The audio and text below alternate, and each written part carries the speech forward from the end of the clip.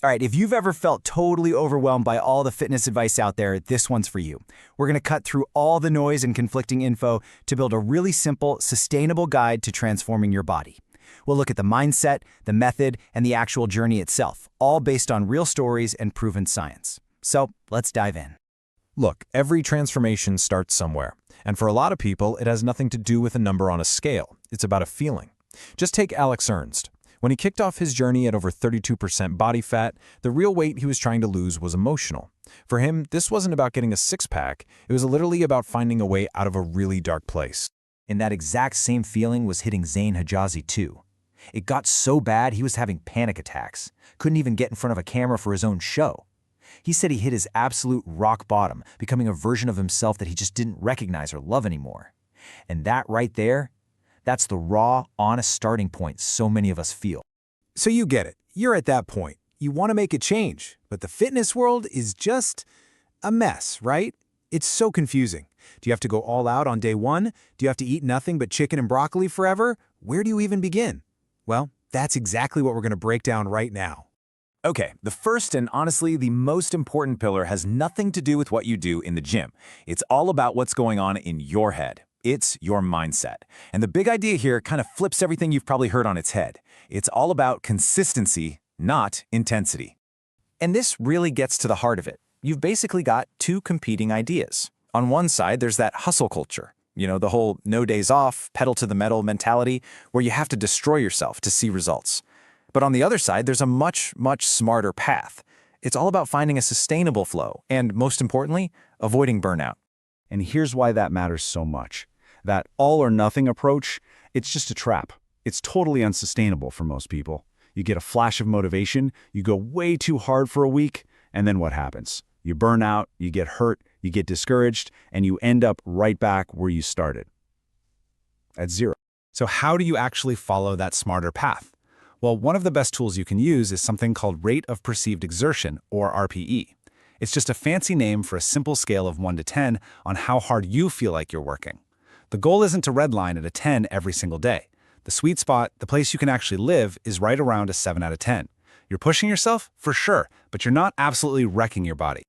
And this quote from trainer Firas Zahabi just nails it. He says, your workout should make you feel good the next day. If you wake up so sore you can barely move, that's not a badge of honor. It just means you overdid it. The real win is feeling good enough to show up again tomorrow. And this is the main takeaway from mindset. You just can't wait for motivation to show up. It's a fickle friend. It comes and goes. Lasting change is built on something way more reliable. Habits and routines. I mean, you don't need to feel motivated to brush your teeth, right? You just do it. And that's the same energy we need to bring to fitness. Okay, so once that mindset is locked in, we can move on to the second pillar, the method. What are the actual universal principles that get you results no matter which specific workout plan you decide to follow? The absolute cornerstone, the bedrock of getting stronger and building muscle, is something called progressive overload. It sounds technical, but I promise it's incredibly simple. You just put stress on your muscles, say by lifting weights. Then, over time, you just have to make it a little bit harder, either by adding more weight or doing more reps. That's it. Your muscles are forced to adapt by getting bigger and stronger. Now, for a lot of people, it's not just about raw strength, it's about aesthetics, right? That classic V-taper look. And believe it or not, there's kind of a mathematical formula for this, often called the golden ratio. The goal is to get your shoulder measurement to be about 1.6 times wider than your waist. And this is a great reminder that it's all about proportions. Building up your back and shoulders can make your waist look smaller even without losing any weight. And speaking of that, let's talk about the single most important rule for fat loss. It is the caloric deficit. This is just the unbreakable law of thermodynamics. To lose body fat, you must burn more calories than you eat. That is it. There are no magic foods, no secret workouts that can get around this one simple rule. And you know, the most freeing thing about understanding this is realizing what a deficit isn't. It's not about moralizing food as good or bad. Zain proved this perfectly. During his transformation, he literally ate a 1,500-calorie meal from Raisin Cane's. But because he tracked it and it fit into his daily calorie budget, he still lost weight. It's just math, not magic. And if you ever wonder if all this effort is really worth it, just look at the data on longevity. It is staggering. Having high levels of strength is linked to a 3 times reduction in your risk of dying from any cause. And even crazier, Having elite cardio fitness is linked to a 5 times reduction. This stuff goes way beyond just looking good. This is literally about adding years to your life. Okay, finally, let's talk about the third pillar, the journey. Because getting fit is not a straight line. It's a process. It has distinct phases, emotional highs, and some very, very real lows. And if you understand the map ahead of time, it helps you navigate the road. So here's what you can pretty much expect. The first few days are a shock to the system. That first month, though, that's often the magic newbie gains period where progress comes super fast. But then, almost inevitably, around the 3-month mark, you're probably going to hit a plateau, a wall. And this is the real test. Pushing past that is what gets you to the 1-year mark, where this whole thing starts to feel like your new normal. And those newbie gains are no joke. In his first month alone, Alex Ernst pulled off something pretty incredible. He lost almost 5% body fat while gaining 5 pounds of muscle at the same time. That's the holy grail of fitness, but it's kind of a gift your body gives you right at the start. So you got to enjoy it, but also know that progress is going to slow down.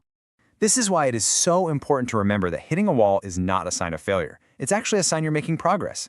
Alex hit a plateau where his vertical jump just would not get any higher. Zane had a setback after going to 2 weddings and gained a little bit of fat back. For both of them, the answer wasn't to give up. It was just to adjust the plan and trust the process. And this right here, this is the reward for pushing through. Alex started at over 32% body fat, hit that frustrating wall, but he kept going and ended up losing 50 pounds of fat. Zane started near 26%, had that little setback, but he refocused and finished at an insane 9.7% body fat. Their incredible results didn't happen in spite of their struggles, they happened because they pushed through them.